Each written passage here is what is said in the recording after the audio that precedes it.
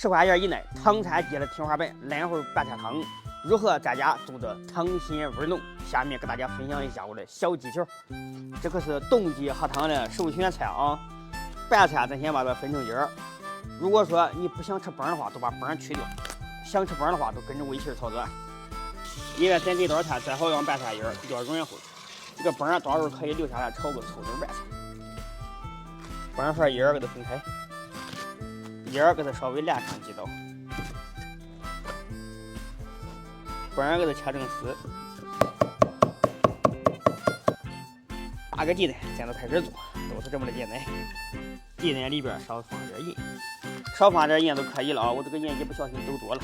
第一步呀，咱是做这个灵魂炖蛋酥，这个油稍微宽一点，火不要开太大，开个中火，咱不停的搅，把这个鸡蛋给它炸的金黄，一定要不停的搅拌。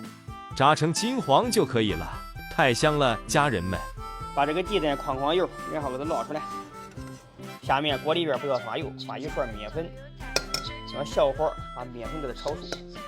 这个火千万不能大啊，不然会把面炒糊。把这个面炒得微微发黄，下面再加入凉水，一定要加凉水。大家看一下啊，只有加凉水，这个面才会细腻无颗粒儿。汤开以后，把咱的白菜放进去。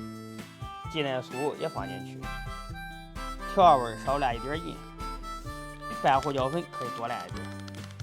调过味以后，让它先煮上5分钟，煮过5分钟以后，来点鸡精，最后撒上小香葱，完成一锅汤鲜味美的蓝魂白菜汤完成了。千万不要把这个汤的外表所欺骗了啊！这个汤是非常非常好喝的。哎呀，真鲜亮呀！